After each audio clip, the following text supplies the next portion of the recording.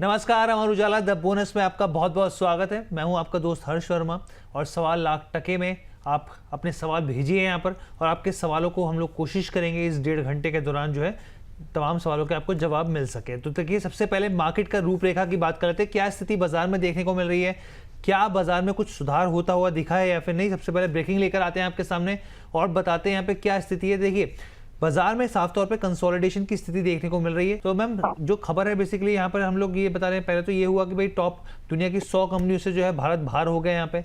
अब global ranking जो है वो 7वें स्थान पर जो है वहाँ पर पहुँच गया है भारत। ताइवान के बाद साउथ कोरिया भी है जो है वो निकल गया है आगे यहाँ पर।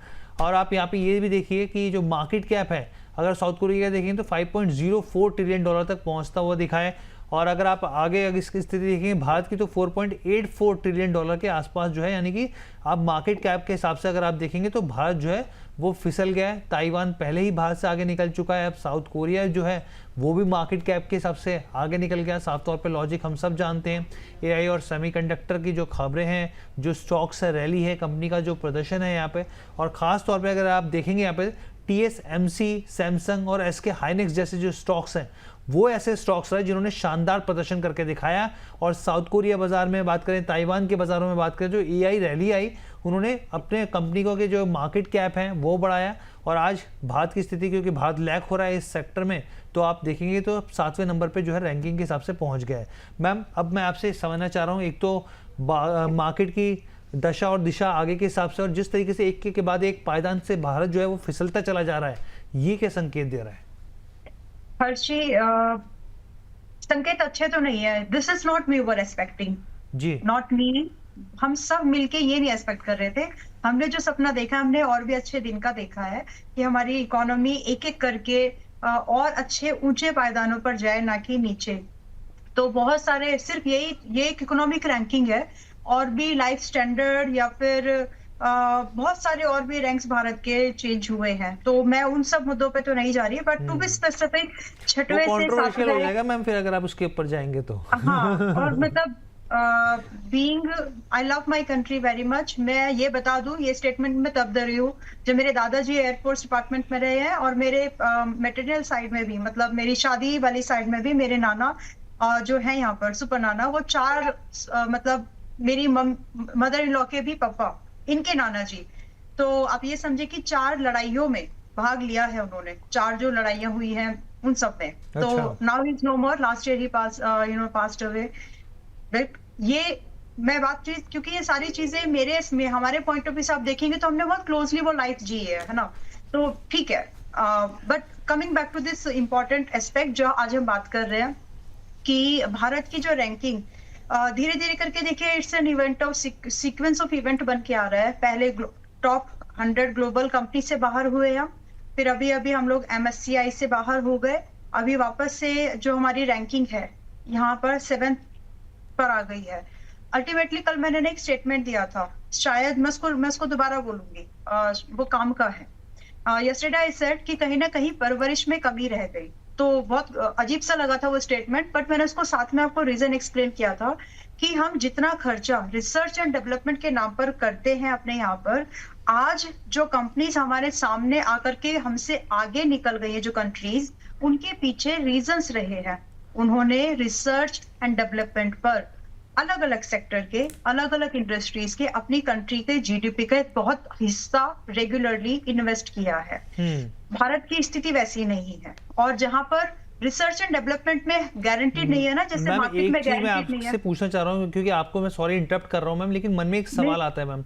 एक सवाल ये है हाँ, कि भाई खबरें चल रही है, मार्केट में फ्लोट हो रही है कि सरकार जो है टैक्सेशन के लिहाज से जो है हो सकता है कि कुछ रियायत दे, लेकिन मैम खबरें ये, मतलब अगर इस लॉजिक को जोड़ा जाए तो मैम ये एक बात बताइए, क्या ये हो सकता है? क्योंकि हमारे पास कौन से सेक्टर्स हैं अब, जिसे कि हम लोग कहते हैं सनराइज वाले सेक्टर, कौन से हैं मैम? पावर तो सबके पास है मैम।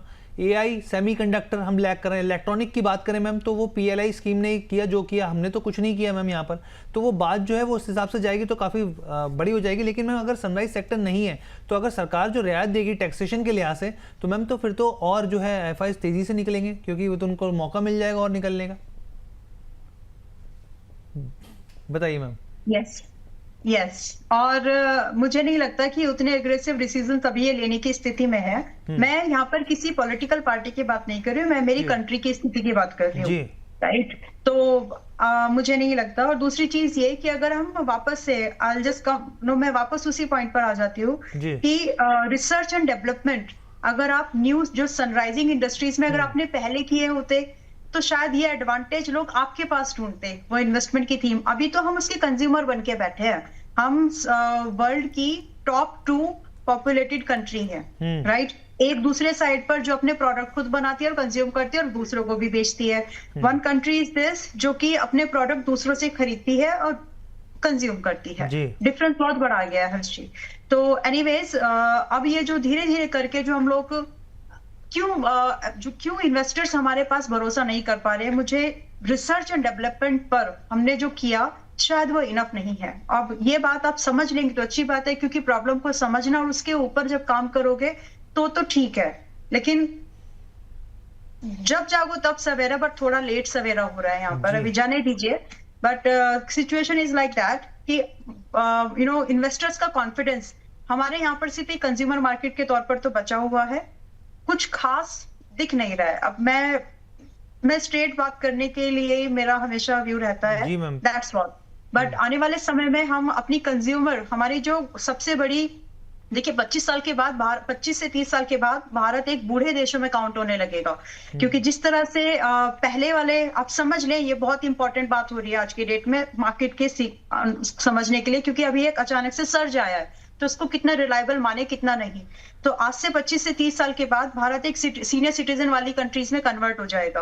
और जिस तरह से न्यू बर्थ रेट कम हुआ है हमारे यहाँ ही नहीं सब जगह पे, तो ये बहुत बड़ा डिफरेंस आ रहा है। राइट। तो सनराइजिंग इंडस्ट्री में अगर कुछ आपको केयर टेकिंग वाली इंडस्ट्री कंपनी जैसी मिले, सिर्फ एक इंडस्ट्री मुझे समझ में आ रही है फिलहाल के लिए, तो जो कि हेल्थ केयर इंडस्ट्री। तो हमारे यहाँ पर सनराइजिंग नहीं है, लेकिन इसके कुछ अगर आने वाले समय में कुछ companies senior citizen health care को लेकर के कुछ बढ़िया बनाती हैं, इंडियन मेक हो, तो ज्यादा अच्छी बात है। लेकिन जो सर्विस भी प्रोवाइड करेंगे शायद वो एक अच्छी इंडस्ट्री रह सकती है। साथ में कुछ खास नहीं है, न्यू एज वाला तो कुछ नहीं है, लेकिन फार्मास्यूटिकल, हेल्थ केयर, इंश्योरेंस, ये 3 ये ऐसी हैं जो आगे भी अच्छा खासा एक्सपोनेंशियल बढ़ सकते हैं।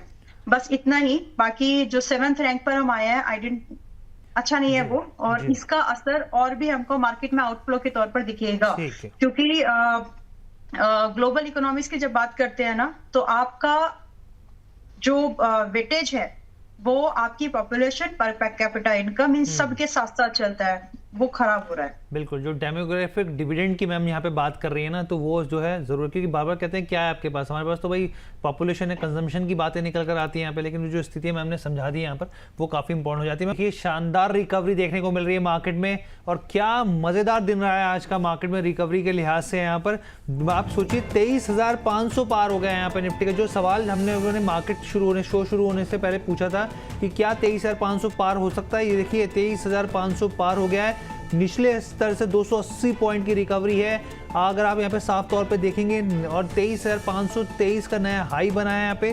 23,500 जो है बाजार ने पार कर लिया है यहाँ पे। और क्या शानदार भूमिका रही है आईटी इंडेक्स की यहाँ पर, मतलब आखिर में खोटा सिक्का काम आया है यहाँ पर। और आईटी स्टॉक्स में ज़बरदस्त तेज़ी, और कोई भी स्टॉक उठा के आप देख लीजिए यहाँ पे, इन्फोसिस, टीसीएस, एचसीएल टेक, सारे स्टॉक्स में ज़बरदस्त बम्पर तेज़ी है यहाँ पे। 300 अंक के आसपास, 280 पॉइंट के आसपास की रिकवरी है। और ये जो रिकवरी है अब क्या आगे एक इनर स्ट्रेंथ बनती हुई दिखेगी। मेक और ब्रेक का लेवल था आज के हिसाब से 23,500 टिकने में कामयाब रहा है। क्या क्लोजिंग बेसिस में भी 23,500 पर टिक पाएगा। और बैंक निफ्टी की भी अगर हम लोग बात करेंगे तो बैंक निफ्टी में भी आप देखिए 5 से 6 दिन बाद वापस रिकवरी आती हुई दिखी है। तो ये जो रिकवरी है बहुत ही सस्टेनेबल, जिस तरीके से लो से आप ये देखिए आती हुई दिखिए, ये बहुत कुछ काफ़ी कुछ कहती है। हरे निशान में वापस लौटा है bank Nifty, Nifty auto, FMCG भी यहाँ पर। मैम 23,500 का आंकड़ा जो है वो वापस जो है हम लोगों ने, मार्केट ने, निफ्टी ने अचीव कर लिया है। क्या अब यहाँ पर क्लोजिंग मान के चले कि टिकता हुआ दिखेगा। अगर मान लीजिए 23,500 के ऊपर टिकता है बाजार, तो फिर कल के लिहाज से मैम क्या स्थितियाँ बनती हुई दिख रही है। कल के लिहाज से मैं बहुत ज्यादा डायरेक्शनल ट्रेड लेना अभी भी अवॉइड करूंगी हर जी। आज एक हेज ट्रेड जरूर बनेगा, मैं 2 बजे के आसपास वो ट्रेड शेयर करूंगी, बट नॉट नाउ। और कल के हिसाब से अगर आप देखेंगे तो मैं खास कन्विंस नहीं हूँ। और सुबह जब हमारा निफ्टी आपका चल रहा था शायद 23,450 समथिंग, तो मैंने वहां पर आपको बोला, ये बताया था कि जब आपका निफ्टी 23,420 400 की रेंज में आए तो 23,570 का स्टॉप लॉस लगा करके सेल के ट्रेड को ढूंढ लेना। तो अभी ट्रेड तो एक्टिव हो गया, अभी स्टॉप लॉस की तरफ स्टॉप लॉस आपका एक्टिव हो जाना चाहिए। अगर सुबह वाले स्टेटमेंट पर आप what do we call it, अगर आपने कोई ट्रेड प्लान कर लिया है 23,570 इज इंट्राडे स्टॉप लॉस जो आपको देख लेना है। बाकी फिलहाल मैं हेज ट्रेड में ज्यादा कंफर्टेबल हूँ, किसी डायरेक्शनल ट्रेड को लेना मैं अवॉइड करूंगी और आपको सेम सलाह दूंगी, फिलहाल रुक जाओ, इतना जल्दबाजी में एक्साइटमेंट नहीं लाते, आज रुक जाते हैं। ठीक है, रुक जाते हैं मैम, लेकिन फिर भी क्योंकि देखिए आप तो इतने सालों से मार्केट को कवर कर रहे हैं मैम, तो मैं वही समझना चाहता कि अभी आपको स्थिति क्या लग रही है मैम, अगर इस हफ्ते की भी बात की जाए तो, क्योंकि देखिए फ्राइडे को तो बहुत इंपॉर्टेंट जीडीपी के आंकड़े भी आएंगे और यहाँ पर जो है हम लोग देख रहे हैं कि आरबीआई की बैठक भी है, तो उस लिहाज से क्या देखा जाए इस हफ्ते में मैम, पॉजिटिविटी दिख रही है कि नहीं? आरबीआई की इस हफ्ते में मेरे लिए देखो 23,050 तो मैं एक्सपेक्ट कर रही हूँ कि चाहे धीरे धीरे इसे ही या फिर गैप डाउन से किसी भी सूरत में एक बार 23,50 आना चाहिए। 23,200 आ गया, 23,900 पर से सेल का ट्रेड मैं रिकमेंड कर रही हूँ, कल 23,500 से किया था, तो टारगेट्स आ गए हैं जो वो वाले ट्रेड्स के हैं। बट ओवरऑल अगर आप मुझसे पूछे that what I am waiting for, मैं 23,50 को एक बार आते हुए देखना चाहती हूँ मार्केट में, which is likely to happen. उसके बाद वहां से कोई डायरेक्शनल ट्रेड बन सकता है। अभी देखिए जीडीपी डेटा, अभी फिलहाल हमारी करेंसी थोड़ा बहुत सपोर्ट हमको कर रही है कि हम आरबीआई को उसमें डेफिनेटली सपोर्ट रहा है हर्षी, आरबीआई ने अच्छे स्टैंड लिए। लेकिन जो मैं आपको बोल रही थी कि 1.5 से 2.5% का कूल ऑफ आरबीआई के जो भी एक्शंस आरबीआई ने लिए उससे आ सकता है, तो वो हो गया ना ऑलरेडी, लगभग 2% रिकवरिंग मतलब कूल ऑफ हो गया 97 से 95 तक। अभी इसके बाद बहुत ज्यादा जगह फिलहाल बची नहीं है, ऊपर जाएंगे फिर आ जाएंगे नीचे, तो फिलहाल के लिए रुकते हैं। मैं मार्केट में 100% रिकवरी फिलहाल नहीं देख पा रही हूँ, and I would like to stick to it. यहाँ पर बहुत सारे सवाल हैं और मैं फिर आपके पास आऊंगा स्पेसिफिकली आखिरी में कि आपको क्या लग रहा है मार्केट जो है आज क्या यहाँ पर 23,500 पर जो है वो बंद, उसके पार बंद होता हुआ दिख रहा है, और अगर हो सकता है तो फिर ये क्या इंडिकेट कर रहा है मैम। लेकिन उससे पहले मनीष शाह जी का एक सवाल लेना चाहूँगा मैम मैं, अंशुल सर से इन्होंने 10 सवाल पूछा था, यहाँ पर कह रहे थे कि ये मॉर्फन लैब जो है 61 के ऊपर बाय किया है इन्होंने, और जीनत जो है 146 के भाव पर मैम कह रहे हैं कि I sold 50% of quantity, Marfan lab का इन्होंने जो है वो 42 रुपये पे बेच दिया। What would be my the strategy for both very good reversal in last 2 days. आज भी गिरावट है लेकिन स्टॉक में 2.5% के आसपास टूटा हुआ है जी। देखिए मॉर्फन लैब मैंने 42.50 के भाव पर अभी पिछले 7 या 8 दिन पहले रेकमेंड किया था आपके प्लेटफॉर्म पर भी, और जो टारगेट्स दिए थे 46 एंड 48 के थे, शॉर्ट टर्म वाले टारगेट, स्विंग वाले दोनों ही आ गए, और जब 46.5 आया था तो 48 के लिए होल्ड कर लो ये बोला गया था, and that got achieved. But अब भी अगर आप फिलहाल के लिए मॉर्फन लैब, अब भी अगर आप आज की डेट में इसको 45.40 पर जब चल रहा है, तो यहाँ से भी आपने तो बेच दिया बोल रहे हैं ना, but my view is still it's could be a buy. आप जिन्होंने पहले वाला टारगेट्स को मिस कर दिया है, एंट्रीज को, ऑफ कोर्स रिस्क भी था, तो 40 रुपए के स्टॉप लॉस के साथ, विच इज लाइक 5 रुपए 40 पैसे का रिस्क के साथ आप यहाँ पर 50, 55 और 60 रुपए के टारगेट के लिए अब भी स्विंग ट्रेडिंग का विचार कर सकते हैं।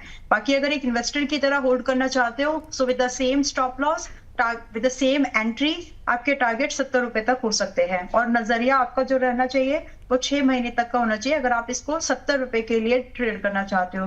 बाकी 50, 55, 60 के लिए it's like up to 3 months same stop loss. ठीक है, यहाँ पे हालांकि मैम उन्होंने 42% के आसपास कह रहे हैं, शायद 50% की क्वांटिटी के हिसाब से उन्होंने सेल कर दिया था, बाकी इनके पास थे यहाँ पर, तो ये ठीक है, होल्ड की सलाह। यहाँ पे संतोष जी का एक सवाल लेते हैं, हमारे प्राइम मेंबर भी हैं, कह रहे हैं Harsh ji, Ambala ma'am, good afternoon, Sasken tech and Vidya Telelinks में क्या फ्रेश बाय कर सकते हैं, प्लीज सजेस्ट। यहाँ पर सस्किन टेक एक बार आप स्पेल कर देंगे मैम, ये प्लीज? स्क्रीन पर आ गया मैम, सस्किन टेक्नोलॉजीज करीब 2300 के भाव पर है मैम। ओके, और एक तो ये स्टॉक हो गया, दूसरा जो इनकी बाइंग तो मैम इन्होंने इन्फॉर्मेशन नहीं दी, और दर्शकों से बार बार यही गुजारिश होती है कि कृपया अपनी बाइंग भी बताया कीजिए, या फिर कोई सवाल हो तो थोड़ा सा और स्पेसिफिक हो जाया कीजिए आप। दूसरा मैम विद्या टेलीलिंक्स है, मतलब आपको जो लग रहा है मैम स्थितियां आगे के लिहाज से आप वो बता दीजिए। विद्या टेलीलिंक तो आई थिंक एक बहुत ही छोटा काउंटर है, मैं सस्किन के ऊपर बात कर लेती हूँ, उसको छोड़ देते हैं। जी। ये 2297 पर है। यहाँ से छोटा रिस्क ले। छोटे का मतलब मैं इसलिए बोल रही हूँ क्योंकि 1111 अभी 1100 के भाव से अभी अभी इसने लगभग 2300 का हाई बनाया है। तो परसेंटेज वाइज बहुत अच्छा चला है, बट अभी भी मजबूत है। तो यहाँ से आप एक बाइंग व्यू 117% 117% अभी तक अगर देखें तो मार्च से अभी तक चल चुका है। तो अच्छी खासी मूवमेंट हुई है, इसीलिए एक्सपोजर आधा करना, स्टॉप लॉस छोटा रखना, ताकि एक्सटेंडेड मूवमेंट जो 2500 से 2850 तक का आ सकता है सस्टेन में, वो आप देख सके। बाकी जिन लोगों की पोजीशन ऑलरेडी 2000 से पहले के भाव की है, और जो लोग अब खरीदना चाह रहे हैं, जिन्होंने 2000 से पहले की भाव है, उनके लिए तो आप अपना आधा प्रॉफिट बुक कर ही लीजिए। और जो आज खरीदने की विचार कर रहे हैं, 2300 पर खरीद सकते हो, लेकिन 50% एक्सपोजर पर। And stop loss gonna be at 2070 buy करके अब भी जा सकते हैं 2500 से 2850 के टारगेट के लिए। ठीक है। यहाँ पर तो मैम की तरफ से जो है यहाँ पे क्लैरिटी मिल गई। अब हम लोग आगे बढ़ते हैं। यहाँ पे विजय जी का एक सवाल लेते हैं बायकॉन के ऊपर। बायकॉन 418 के भाव पर जो है मैम इन्होंने खरीदा है। नतीजों में हमने देखा था बायकॉन जो है उसमें डिप आया था, लेकिन वो बेसिकली हायर बेस इफेक्ट की वजह से हमने देखा था रिजल्ट्स में जो नतीजों में जो 60% के आसपास का प्रॉफिट आफ्टर टैक्स में डिप आता हुआ दिखा था। अभी 413 के भाव पर मैम क्या सलाह रहेगी आपकी? अभी थोड़ा और रुक जाते हैं, इसमें और डिक्लाइन पॉसिबल है up to 400 and 390, and there you should think of buying again to buy this again. और यहाँ से उसके बाद समय थोड़ा सा लगेगा, लाइक 2 वीक्स एंड 3, लेकिन इसके बाद अपसाइड मूवमेंट आपको वापस से 450 से लेकर के 530 तक की दिख सकती है। स्टॉप लॉस जब आपकी बाइंग ट्रिगर्ड हो जाए, उसके बाद आपका स्टॉप लॉस 380 मैनेज किया तो इनफ हो जाएगा। हर्षी एक्साइड इंडस्ट्रीज का टारगेट आ गया, अभी जस्ट आया है 400 रुपए पर। अच्छा, एक्साइड इंडस्ट्रीज का मैम। हाँ, ठीक और है। रिकमेंडेशन 310 की थी, 310 से रिकमेंडेशन दिया था, 400 टारगेट आ गया है। एक्चुअली पिछले हफ्ते भी आई थिंक एनर्जी स्टॉक्स वगैरह की जब बातचीत चल रही थी, तो तब भी 350 पर रिकमेंड किया था। तो उसका टारगेट आ गया है 400, बढ़िया प्रॉफिट है। बट अगर आप ये पूछे कि क्या बुक कर ले, नो, अभी भी आप होल्ड करके जा सकते हैं। मैं फिर बोल रही हूँ, 310 पे दिया था, फिर 350 पे दिया था, अभी 400 आया है। आई अंडरस्टैंड गेन अच्छा है, लेकिन इसमें पोटेंशियल अभी है। तो अगर आप होल्ड कर सकते हो, एंड यू कैन सी कि लाइक 30% समथिंग का प्रॉफिट है नेक टू नेक, या फिर 15% according to your recent buy, तो भी आप एक स्टॉप लॉस यहाँ पर ना 380 का लगा करके बैठिए। अब भी यहाँ पर आपको 415 से लेकर के 460 के टारगेट और दिख रहे हैं मुझे आते हुए, बट इसके लिए आप रिस्क ज्यादा नहीं लेंगे। प्रॉफिट में कमती जरूर हो जाए चलेगा, लेकिन लॉस नहीं हो, वो अप्रोच पर 380 का स्टॉप लॉस लगाकर काम किया जा सकता है। सम ऑफ मे बी लाइक कि जिन्होंने बिल्कुल नहीं बाय किया है, आप लोग भी 400 पे चल रहा है अभी, 380 का स्टॉप लॉस लगा सकते हो अगर आप 5% का लॉस है ये। अगर आप ये देख सकते हो तो 415 से 460-70 के टारगेट आपको और दिख सकते हैं। इसमें रेंज बताइए, थोड़ा बहुत आगे पीछे। ठीक है मैम। तो एक्साइड के जो टारगेट्स हैं मैम के, वो अचीव होते दिख रहे हैं यहाँ पर, और मैम ने पूरी जानकारी आपको दे दी। अभी आप और स्टॉक्स के बारे में मैम आपसे चर्चा करेंगे, कौन से आपको शेयर हैं जो पसंद आ रहे हैं यहाँ पे। लेकिन इसी बीच में जो है राकेश जी जो है वो आगरा से जुड़ गए। राकेश जी कैसे हैं आप? नमस्कार सर। नमस्कार सर।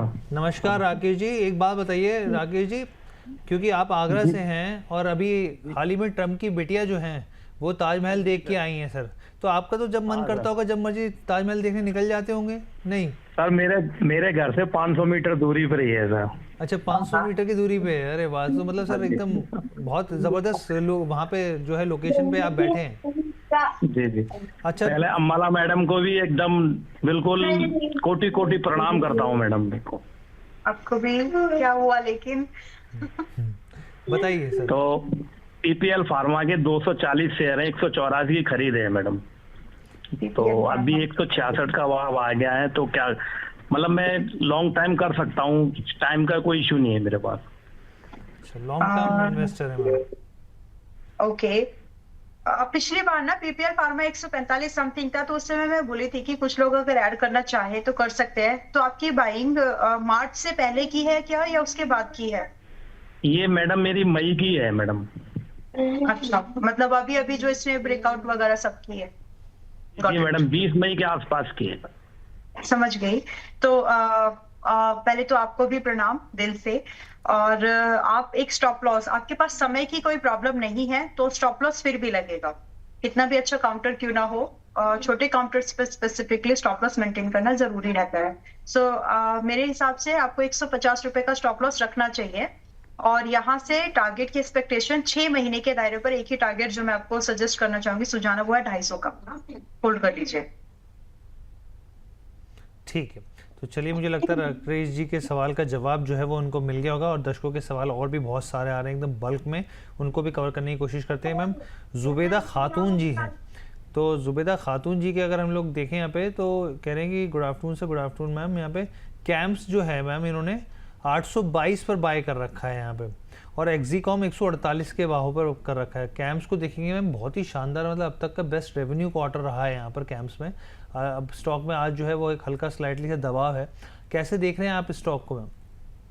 कैम्प्स अभी भी ठीक है और आगे भी ठीक रहेगा, ऐसे बोल सकती हूँ मैं, मतलब मुझे तो ठीक ही लग रहा है।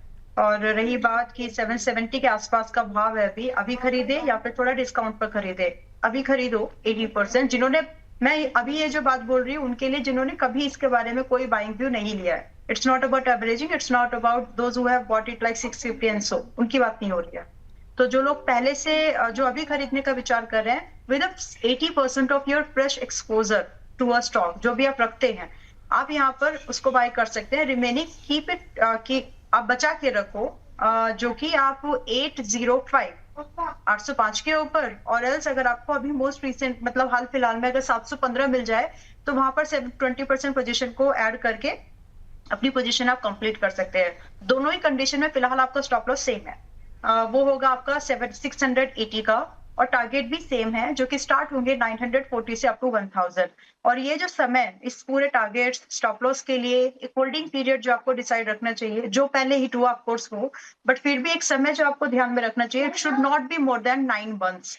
इसमें ये आ जाना चाहिए मेरे हिसाब से। तो आप इतना मिड टर्म इन्वेस्टमेंट का आइडिया लेकर के आप इसको देख सकते हैं। जी मैम। मैम तो ये तो हो गया मैम कैम्प्स का, उसके साथ में एक्जीकॉम भी था मैम, 148 के भाव पे उन्होंने खरीदारी कर रखी है ma'am. Exicom tele system, right? जी मैम। ओके, और 147 पर इन्होंने बाय कर रखी है, 147 158 के ऊपर है। Yes ma'am. होल्ड करिए प्लीज। और जल्दबाजी नहीं करना चाहिए आपको, थोड़ा सा रिस्क लीजिए। 142 का ही स्टॉप लॉस है, लेना चाहिए वो रिस्क, क्योंकि यहाँ से पॉसिबली आपके फाइनेंशियल एडवाइजर से पूछ लेना, मेरे हिसाब से तो लेना चाहिए। बाकी यू कैन लेना चाहिए कि नहीं, आपके फाइनेंशियल एडवाइजर से पूछ लेना। बाकी जो मुझे टारगेट्स यहाँ पे दिख रहे हैं वो 182 एंड अप टू 230 के दिख रहे हैं, तो थोड़ा सा समय और देंगे तो ये पॉसिबिलिटीज आपको मिल जाएगी, नॉट मोर देन 4 मंथ्स, इतना हो जाएगा। एंड जितने भी स्टॉक्स में फिलहाल डेटा सेंटर, टेलीकॉम, ये वर्ड भी आ रहा है ना, तो चल रहे हैं वो फिलहाल के लिए तो ठीक है। नेटवर्क, टेलीकॉम, डेटा, वही मैम बड़ा डर लगता है, वो नाम जिसमें डाटा सेंटर लगा हुआ आता है, जिसके पीछे पावर लिखा, सोलर लिखा हुआ आ जाता है, तो वो भाग तो जाते हैं, लेकिन फिर बाद में पता चलता है तो फंडामेंटली तो दिक्कत थी, और उसके बाद फिर जो है ट्रैप हो जाती है स्थितियाँ। ठीक है, लेकिन आप हैं हमारे दर्शकों को जानकारी देने के लिए, बेहतर विकल्प समझाने के लिए मैम, तो आपसे तो हम लोग समय समय पर राय लेते रहेंगे। एक और जो है रवि तिवारी जी का सवाल लेते हैं मैम। रवि तिवारी जी का अच्छा सुबह सवाल ले लिया था मैंने, एलजी के ऊपर भी और किश्त के ऊपर भी हम लोगों ने ये चर्चा कर ली थी। दिनेश पटेल जी का अमर राजा एनर्जी के ऊपर ये पूछना चाह रहे हैं, 886 के भाव पर ले रखा है, कह रहे हैं कि क्या किया जाए, अभी क्या और ऐड किया जा सकता है कि नहीं? अमर राजा बैटरी, यस मैम। ठीक है, एक सेकेंड, आई थिंक थोड़ा नॉइज आ रहा है, और हर्षी मैं उसको फिक्स करती हूँ अभी जी। और जब तक हम लोग जो है एक बार मार्केट को देखिए स्थिति जो है आपको बताएं यहाँ पे, तो देखिए बैंकिंग स्टॉक्स में किस तरीके से दबाव देखने को मिला था, लेकिन निफ्टी बैंक में एक बहुत ही शानदार रिकवरी, निफ्टी में तो है ही है रिकवरी, लेकिन निफ्टी बैंक में बहुत ही शानदार रिकवरी देखने को मिली। देखिए 200 पॉइंट्स तक जो है ये ऊपर जाता हुआ दिख रहा है, और ऐसे में जब आप देखिए 5 से 6 दिन तक दबाव देखने को मिल रहा हो निफ्टी बैंक के स्टॉक्स में, और उसके बाद इस तरह की रिकवरी, वो भी इंटरडे लो से, वो बहुत कुछ कहती है यहाँ पे। और अभी देखिए, लेकिन ये बात फैक्ट है कि फ्राइडे को जो है वो यहाँ पर जो एक इम्पॉर्टेंट आरबीआई की बैठक है यहाँ पर, उसमें मौद्रिक नीति को लेकर ऐलान होगा। ज़्यादातर एक्सपर्ट्स मान रहे हैं कि जो स्थिति जैसी थी वैसी बनी रहेगी, कुछ बदलाव होता हुआ नहीं दिखेगा, लेकिन यहाँ पे ये इंपॉर्टेंट हो जाता है समझना कि आगे की चाल कैसी रहेगी। इसके ऊपर हम चर्चा करेंगे। अंबाला मैम के पास वापस चलते हैं। जी मैम प्लीज बताएं। अभी वॉइस ठीक है? जी परफेक्ट मैम। Thank you. ठीक है, तो अमर राजा बैटरी पर इनका सवाल था, 855 पर चल रहा है। मैं आपको होल्ड करने की सलाह दूंगी। पैनिक पे या फिर छोटे मोटे डिक्लाइन में बेचने लायक काउंटर अब ये नहीं है। देखो अभी ना ये अपने, आई नो ये चला है और हमारी रिकमेंडेशन रही है, वो जाने देते हैं अभी। लेकिन just to share you some insights, अभी ना अगर आपने मान लो कि आपने बॉटम बाइंग भी कर ली होती एकदम डॉट पे, उतना भी पॉसिबल नहीं है, 700 के आसपास भी अगर आपने बाय कर लिया होता तो भी आपका 25% लगभग ही चला ही है। इसकी पोटेंशियल पता है आपको कितनी अच्छी हो सकती है। तो ये 1000 से लेकर के 1200, फिर 1450, 1800, ये पोटेंशियल है इस स्टॉक में। तो अभी आप होल्ड करके जाइए, कोई प्रॉब्लम, इतनी बड़ी कोई प्रॉब्लम मुझे नजर नहीं आ रही है। प्राइस स्ट्रक्चर एक्यूमुलेशंस के लिए इनसाइट्स दे रहा है, ना कि एग्जिट्स के लिए। फिर भी एक to be on safer side, आप चाहे तो एक स्टॉप लॉस मेंटेन करके चल लो 770 का, बट यहाँ से टारगेट अच्छे और बड़े मिल सकते हैं। ठीक है। इसी बीच में जो है हमारे जो जोगेश्वर राव जी कह रहे हैं, Harsh ji has a got great hair line. तो थैंक यू सर, इस तरह के कमेंट्स के लिए बहुत बहुत धन्यवाद। आप इस तरह के हमें बूस्ट देते रहते हैं, बूस्टर डोज बीच बीच में। इसके अलावा एक तनु भारती जी हैं, ये कह रहे हैं कि मैम आपने कॉल दिया था ITC पर 305 के भाव पर 200 शेयर ले रखे हैं, क्या करूं, इसमें लॉस हो रहा है, क्या बुक किया जाए या फिर रुका जाए? मैम 281 के भाव पर है और कह रहे 305 के भाव पर था भाव जो खरीदारी हुई थी। नहीं, मैं इनसे सवाल पूछना चाहती हूँ, स्टॉप लॉस और टारगेट क्या है? इस सवाल को पेंडिंग में रखते हैं हर्षी, और इनसे पूछेंगे कि स्टॉप लॉस और टारगेट क्या दिया गया। जी बिल्कुल। मुझे, क्योंकि हम लोग दर्शकों को देखिए ये चीज़ बार बार बताते हैं साथ साथ कि देखिए स्टॉप लॉस लगा के रखिए। अगर स्टॉप लॉस कट रहा है तो फिर आप इस चीज़ को अपनी पोजीशंस को आपको स्क्वायर ऑफ करना ही पड़ेगा यहाँ पर, ये चीज़ को ध्यान रखिए यहाँ पे। हालांकि मैम ने जो टारगेट्स दी होंगी वो हम लोग, चलिए कमेंट मैम ने बोला है तो जैसे ही आएगा कमेंट तो मैं शेयर करूँगा यहाँ पे। आगे बढ़ते हैं यहाँ पे। और मैम आपके रडार पे अभी, क्योंकि सुबह आपने जो स्टॉक्स बताए थे, अब देख एक्साइड का टारगेट जो है वो अचीव हो गया, और कौन से स्टॉक्स हैं मैम जो आपको लग रहा है थोड़ा सा और जो पे थोड़ी स्ट्रेंथ देखने को मिल सकती है मार्केट में, जिस तरीके से वापस एक रिकवरी आती हुई दिखी है? मुझे HCL टेक ठीक लग रहा है, अभी भी 1237 पर है, सुबह भी रिकमेंडेशन दी थी और अभी भी 1237 पर है। तो स्विंग ट्रेडिंग के लिए ठीक काउंटर है। रिस्क हर जगह है, मैं स्टेटमेंट जो बोलती हूँ बार बार, रिस्क है तो इश्क है, वो ठीक है, लेकिन रिस्क हर जगह है। आपको ये फाइंड करना है कहाँ कम है, और जहां ये पॉसिबिलिटीज मिले वहां पर आप अपॉर्चुनिटीज को ढूंढ सकते हैं। तो HCL tech is something like, मान लो कि अगर आपने जो इस मंथ का मार्च का अभी ये वाला जो लो बनाया अपना, मई मंथ का अगर लो भी अगर पकड़ते हो आप, तो भी 11% से ज्यादा का रिस्क है ही नहीं इसमें एनीवेज। फिर भी अगर आप इसको 1237 पे खरीदते हो तो 1100 रुपए का स्टॉप लॉस लगाकर भी आप यहाँ पर रेंजिंग फ्रॉम 1350 अप टू 1800 के टारगेट्स का वेट कर सकते हैं। तो अब डिपेंड करता है आप कितना करेंगे कि नहीं, लेकिन ये टारगेट की पोटेंशियल मुझे HCL टेक में दिख रही है, तो यहाँ पर बाय कर सकते हैं आप लोग अभी। बिल्कुल। और आज देखिए मार्केट सुबह खुलने से पहले हम लोगों ने आपको बताया था कि आज IT स्टॉक्स में तेज़ी देखने को मिल सकती है यहाँ पे सुबह शो के दौरान, चूकना जाना में।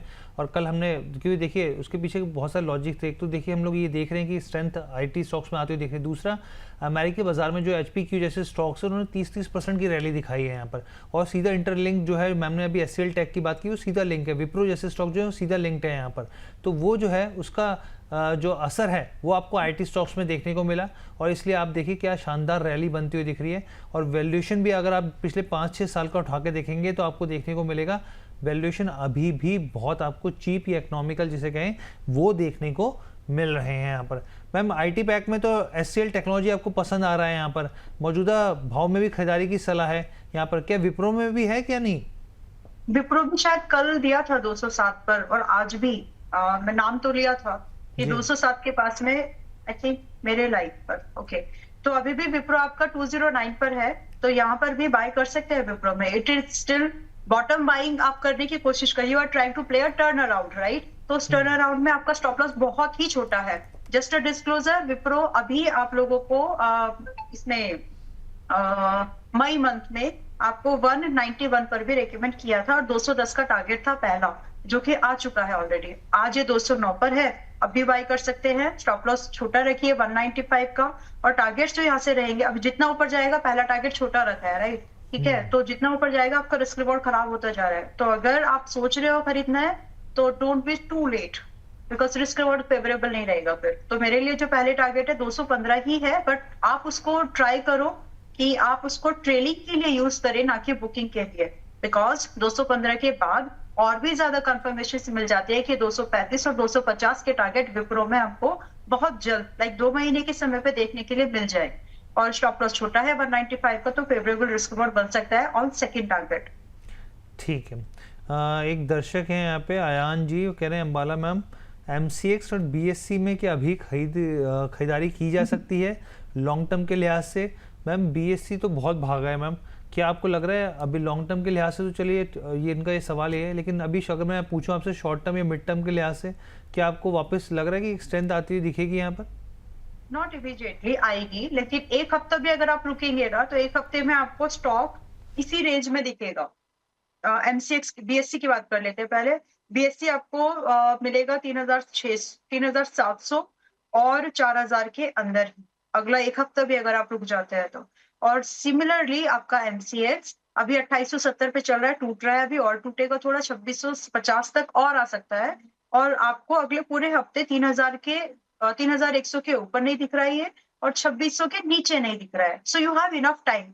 थोड़ा सा अगर आपका टाइम पास आपने इसी कंसोलिडेशन फेज में कर लिया, तो आपका पैनिक जो ड्यूरेशन है, होल्डिंग पीरियड, वो भी कम हो जाएगा, and probably you will get the better entry price, specifically those people जो कि एक मिड टर्म इन्वेस्टमेंट अपॉर्चुनिटी ढूंढ रहे हैं। हालांकि काउंटर मिड टर्म वाले नहीं है, इन्वेस्टमेंट वाले हैं।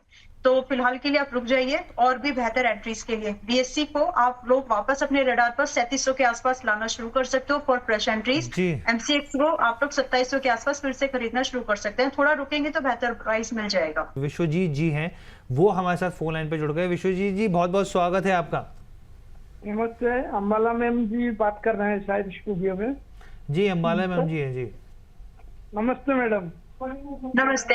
एक साइड आप मोबाइल टीवी भी ओपन कर लो। हाँ, आपका वीडियो हर टाइम देखता हूँ, अच्छा लगता है। कुछ भी जो आपका जो मैसेज है मिलता है टेलीग्राम में। मैं बोलना चाहता हूँ कि अभी जो स्वान कॉर्पोरेशन है उसमें एवरेज कर सकते हैं। अभी शायद 313 चल रहा है आज। हाँ, एवरेज करने की कौन से स्टॉक की बात कर रहे हैं सर आप? स्वान स्वान कॉप पे एवरेजिंग करने की सलाह पूछे मैम। स्वान एवरेजिंग क्यों करना है?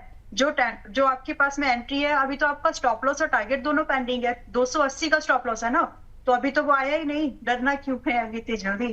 तो एवरेजिंग तब करिए जहां, देखिए एवरेजिंग दो कंडीशन आगे के लिए बता रही हूँ, जब स्टॉक बहुत चल गया हो, उसके बाद पुल बैक मूवमेंट में आया, यू आर प्लानिंग टू, वो अलग कंडीशन है, वो अलग अलग 2-3 कॉन्सेप्ट्स है। यहाँ पर अभी आपको उसकी जरूरत नहीं है। आपका ट्रेड ऑलरेडी 320 के आसपास 325 पर मिला था, अभी चल ही रहा है वापस से अभी 314 री एंट्री जो दी गई थी, इससे पहले 340-35 के भाव पर। अभी स्टॉप लॉस बचा हुआ है री एंट्री का 280 का, आप उसको एज इट इज होल्ड कर सकते हैं। हालांकि पहला जो स्टॉप लॉस था मेरे ख्याल से वो भी नहीं आया, 302 का था, बचा हुआ है ट्रेड। सो अभी होल्ड करो as it is, no averaging required. ठीक है, तो यहाँ पर जो विश्वजीत के सवाल का जो है उनके सवाल का जवाब मिल गया यहाँ पे। और दर्शकों के भी बहुत सारे सवाल आ रहे हैं यहाँ पे। कुछ हमारे ऐसे दर्शक हैं जिन्होंने एक धनराशि भेजी है। सबसे पहले तो बात कर लेते हैं अशोक जी की। कह रहे हैं कि बटरफ्लाई में 655 का स्टॉप लॉस बोला था मैम ने, प्लीज़ सजेस्ट। तो बटरफ्लाई गांधी जो आई थिंक ये स्टॉक है, हाँ ये वही स्टॉक है। और Q4 के नतीजे अच्छे रहे थे यहाँ पर, हालांकि क्रूड में जो सर्च था उसका फायदा देखने को मिला था। मैम आप कैसे देख रहे हैं इसको, और आगे क्या करना चाहिए? आपकी अगर पिक रही हो तो ये मेरी पिक रही है बटरफ्लाई में 2 बार, और दोनों बार, एक बार स्टॉक जब 700 पे दिया था तो 750 गया, दूसरे पहले वो वाला टारगेट भी आया, और इससे एक बार जब 620 समथिंग दिया था तब भी आया। बट अभी दोबारा मुझे लगता है कि आज का क्लोजिंग भर का वेट कर लीजिए। आया है 655, लेकिन मैं भी वही ऑब्जर्व कर रही हूँ कि आज करना क्या चाहिए। नंबर तो आ गया, फिलहाल के लिए देखो एक स्टॉप लॉस रिवाइज कर सकते हैं क्या, क्योंकि मुझे यहाँ से रिबाउंड दिख रहा है, और आपकी एंट्री के हिसाब से इट शुड बी 630, 630 का स्टॉप लॉस रिवाइज करके होल्ड करो, और टारगेट सेम रहेंगे जो पहले इसके बाद री एंट्रीज के लिए जो डिस्कस किए थे। आपका स्टॉप लॉस रहना चाहिए रेंजिंग फ्रॉम 743 या 900। वैसे टारगेट आ गया था पहले वाला में, इसलिए दोबारा बोल रही हूँ, नेक्स्ट टाइम जब भी कोई भी ट्रेड आप प्लान करो ना, टारगेट पर निकलो। अगर टारगेट पर निकल भी नहीं रहे हैं, एटलीस्ट डू वन थिंग कि आप कम से कम उसको ट्रेलिंग तो कॉस्ट के ऊपर करिए, ताकि पैसा आपका जाए ना। ये तो कर लीजिए, ठीक है। अभी ठीक है। 7:30 का स्टॉप लॉस रिवाइज्ड है और 6:30 ठीक है मैम, एक और है मिस्टर आदित्य। हालांकि मैम इनका स्टॉक बहुत ही छोटा है, इन्होंने एक धनराशि भेजी है हमको। आपको सही लगे तो प्लीज सजेस्ट कीजिए यहाँ पर, एटलीस्ट टेक्निकल के लिहाज से मैम मैं- करें। हर्षी, मैं फिर भी एक बार ना मैंने बटरफ्लाई से मोस्ट रिसेंट जो रिकमेंडेशन है, जी। पुरानी की बात नहीं करी, 600 वाली नहीं, 12 मई को दिया था 700 पे, और पहला जो टारगेट था ना 743 था, जी और अगले ही दिन वो 13 मई को 760-58 समथिंग आया। तो दोबारा ऐसे काम मत करिए, टारगेट आने के बाद मैं उसको स्टॉप लॉस कैसे कंसीडर करूं, राइट। इसीलिए अगर वो मैंने टारगेट अपडेट चार्ट पर आगे मैं शो में हूं या नहीं हूं, एंट्री के बाद एंट्री लेना, बताना, टारगेट बताना, स्टॉप लॉस बताना मेरी जिम्मेदारी सिर्फ वहां तक है। उसके बाद उसका एग्जीक्यूशन करना आपकी जिम्मेदारी बनती है, if you love your money. तो बाकी फिलहाल नेक्स्ट अभी आप स्टॉप लॉस रिवाइज कर लो, थोड़ा बहुत समय बिता के रिबाउंड हो सकता है, और ये गलती मैं दोबारा एक्सपेक्ट नहीं करती आप लोगों से, जो भी लोग वॉच कर रहे हैं, प्लीज मैनेज दिस। बिल्कुल ध्यान दीजिए। देखिए स्टॉप लॉस जरूर लगाइए। रोजाना मैं आपको बोलता हूँ कि ऐसे बाजार में यहाँ पर जो हर बाजार में यहाँ पे स्टॉप लॉस जो होता है वो आपको एक बड़े नुकसान से बचा सकता है। यहाँ पे मैम आदित्य जी का एक सवाल लेते हैं। स्टॉक काफ़ी छोटा है मैम, टेक्निकल आधार पे भले ही आप सजेस्ट कर दीजिए इनको। विश्वराज शुगर जो है इन्होंने 10.5 रुपये पे बाय कर रखी है। कह रहे हैं कि प्रॉफिट तो हो नहीं रहा, लेकिन लॉस बुक करूं या वेट करूं? 10.5 रुपए पर बाय कर रखी है, हाँ 5.85 पैसे हाँ पर चल मैम, रहा है। आधा हो गया स्टॉक। ठीक है, टेक्निकल एस्पेक्ट्स ओनली एक्चुअली, ठीक है। वो पता कई बार हम चला- लोग अपने दर्शकों को कहते हैं कि इस तरह के स्टॉक्स में आप क्यों निवेश करते हैं, बहुत सारे बेहतर विकल्प हैं। लेकिन चलिए ठीक है मैम, बताइए प्लीज। नहीं, जब इन्होंने लिया रहेगा उस समय भी कंपनी, आज ये नैनो कंपनी है 127-30 करोड़ की, जब आपने मान लो 10 पे भी लिया था तो उस समय भी ये कंपनी कोई खास बड़ी तो नहीं तो थी। कौन सी लार्ज कैप तो- बन गई थी वो? जी प्लीज बताइए। ठीक है, तो जब आप छोटे स्टॉक्स पे काम करते हो, बुरा नहीं है, देखो ऐसा नहीं है कि बिल्कुल बुरा है, but when you are trying to play in very small size companies, तो आपके डिसीजन ही उतने ही फास्ट होने चाहिए जो हर स्टॉक के मूवमेंट के हिसाब से आप चेंज, मतलब फंडामेंटल्स के हिसाब से आप चेंज कर सके, या फिर there is a better strategy. अगर आप उतना ज्यादा फंडामेंटल्स को अगर आप स्टडी भी नहीं करते, तो छोटे स्टॉक्स में हाई बीटा होता है, मतलब बड़ी रेंज में काम करते हैं। आप कैपिटल को ज्यादा पार्ट्स में डिवाइड कर लो, ऐसे भी आप बच सकते हैं। बिल्कुल। Anyways, what suits you better, आप वो को देख लेना। अभी चल रहा है 5.85 रुपए पर। टेक्निकल प्राइस स्ट्रक्चर सजेस्ट कि अगर आपने 5.10 का स्टॉप लॉस मेंटेन कर लिया, तो मोस्ट लाइकली आपको 7 से 10 रुपए के भाव, मैं बहुत एग्रेसिव चीजें बता रही हूँ आपको, 7 से 8.5 फिर 10 ये टारगेट आपको दिख सकते हैं। लेकिन एवरेजिंग आप कर सकते हो तो कर लो, टेक्निकल चार्ट प्राइस पैटर्न के हिसाब से। अगर आप कर सकते हैं कंफर्टेबली, आपसे स्टॉप लॉस कटता नहीं है वैसे, अगर आप कर सकते हैं तो आप कर लीजिएगा। स्टॉप लॉस रखना 5 रुपए 10 पैसे का, मैनेज कर सकते हैं तो एंट्री कर लीजिएगा। थोड़ा बहुत एवरेज करना चाहो तो बेटर एंट्री प्राइस बनाने के लिए कर लीजिए। और 10 रुपए आना क्योंकि मुश्किल लगता है, 7 से 8.5 आ सकता है। तो if you can manage stop loss and average price better बना सकते हो तो यू कैन ऐड सम। बाकी जैसी टारगेट आ जाए निकल जाइएगा, होल्ड करके रखने लायक नहीं है। होल्ड करके लायक नहीं है यहाँ पर। और एक दर्शक है हमारे ज्योति रंजन नाथ जी, कह रहे हैं सर ब्रोकिंग ऐप खोलने का तो मन ही नहीं करता, इतना ख़राब हालत है यहाँ पर। बिल्कुल सही बात है सर, देखते देखते 2 साल हो गए हैं यहाँ पर, स्थितियाँ ख़राब हैं। लेकिन हाँ, अगर आप बोनस को फॉलो करते हैं तो बीच बीच में यहाँ पर जो है हमारे जो एक्सपर्ट्स हैं कुछ बेहतरीन सलाहें वो देते हैं यहाँ पर, तो उस चीज़ को ज़रूर फॉलो कर सकते हैं आप। और अब हम लोग थोड़ा सा और 1-2 सवाल और कोशिश करेंगे, उसके बाद हम लोग फिर IPO का जो मार्केट है वो वापस गरमाने वाला है, उसके ऊपर हम लोग चर्चा शुरुआत करेंगे यहाँ पे। एक मैम ट्रैवलर साइंस के नाम से है, जो ID बना रखी है उन्होंने, बजाज फाइनेंस कह रहे हैं कि अभी लिया जा सकता है या नहीं लिया जा सकता? Bajaj finance ji and view, ma'am अधूरा ही सवाल है हमारे दर्शकों का, वो आधा लिख के छोड़ देते हैं, वो कहते हैं आप खुद तय कीजिए करना क्या है यहाँ पर। लेकिन मैं फिर भी गुजारिश करूँगा बार बार अपने दर्शकों से कि प्लीज़ आप अपना एक टाइम होरिजन बताइए कि कितने समय के लिए इन्वेस्टमेंट कर रहे हैं या फिर कितने समय के लिए आपका नज़रिया है। एटलीस्ट अगर आप वो भी बता देंगे तो काफ़ी स्थिति जो है वो क्लैरिटी के साथ हमारे गेस्ट को मिल जाएगी। जी मैम बताएं। ऑलराइट, तो थैंक यू हर्षित, ये सब लोगों से अपील करने के लिए। जी लेकिन ये ऐसे हम मतलब पहली बूझो। अब नहीं मैम, मतलब हम तो पहले दिन से, आप भी पहले दिन से ये हम बोलते ही रहते हैं दर्शकों को, लेकिन कोई बात नहीं, चलिए। ठीक है, तो देखिए Bajaj finance as an investor, yes it's a good time to, it's a good price indeed to enter, because downside assessment जब आप करते हैं कि कितना जा सकता है, तो मुझे ना 15% से ज्यादा टूटता हुआ नहीं दिख रहा करंट प्राइस से। तो अगर आप अपने कैपिटल पर इन्वेस्टेड इन दिस स्टॉक, अगर आप उसमें 15% तक का रिस्क लेने का कलेजा रिस्क ले सकते हो। मैं कभी कभी कुछ ऐसे वर्ड्स सिर्फ इसलिए बोलती हूँ ताकि आप उसके इंपॉर्टेंस को समझें। सो कई बार ना ये प्रोफेशनल वर्ड्स शायद उतने दिल तक नहीं पहुंचते लोगों के, इसीलिए तो अगर आप ये 15% के रिस्क को बर्दाश्त कर सकते हैं तो आप यहाँ पर एंट्री आज बना सकते हैं, कोई प्रॉब्लम नहीं है। बाकी रही बात टारगेट्स की, तो अपसाइड मूवमेंट यहाँ से बहुत ज्यादा डाउनसाइड नहीं है। एक स्टॉप लॉस आप चाहें तो लगा लीजिएगा, आपका स्टॉप लॉस 750 काफी दूर है, 15% है अभी। अब वहां पर अगर आप लगा लेते हैं तो यहाँ सिर्फ एक ही एंट्री, आपको प्रॉफिट पिरामिडिंग करने की भी नीड नहीं लगती, थोड़ा बहुत ऊपर जाएगा और अगर डाउनसाइड आता है तो नीचे के भाव को एवरेज करने की भी जरूरत मुझे नहीं लगती। एज इट इज भी होल्ड कर लेंगे विद पेशेंस एंड कन्विक्शन, तो आपको 1050 से लेकर के आपको 1200 रुपए तक के टारगेट बजाज फाइनेंस में दिख सकते हैं as an investor, with a view कि आपको कम से कम 6 मंथ एंड आपको 18 मंथ का व्यू लेकर के यहाँ पर चलना है। तो 6 महीने से 18 महीने के व्यू पर बाय कर सकते हैं, स्टॉप लॉस डिफाइंड है छोटा। ठीक है, तो अब हम लोग जो है पंकज जी हमारे साथ फोन लाइन पे जुड़ गए। पंकज जी कैसन बानी? यस बढ़िया हूँ सर।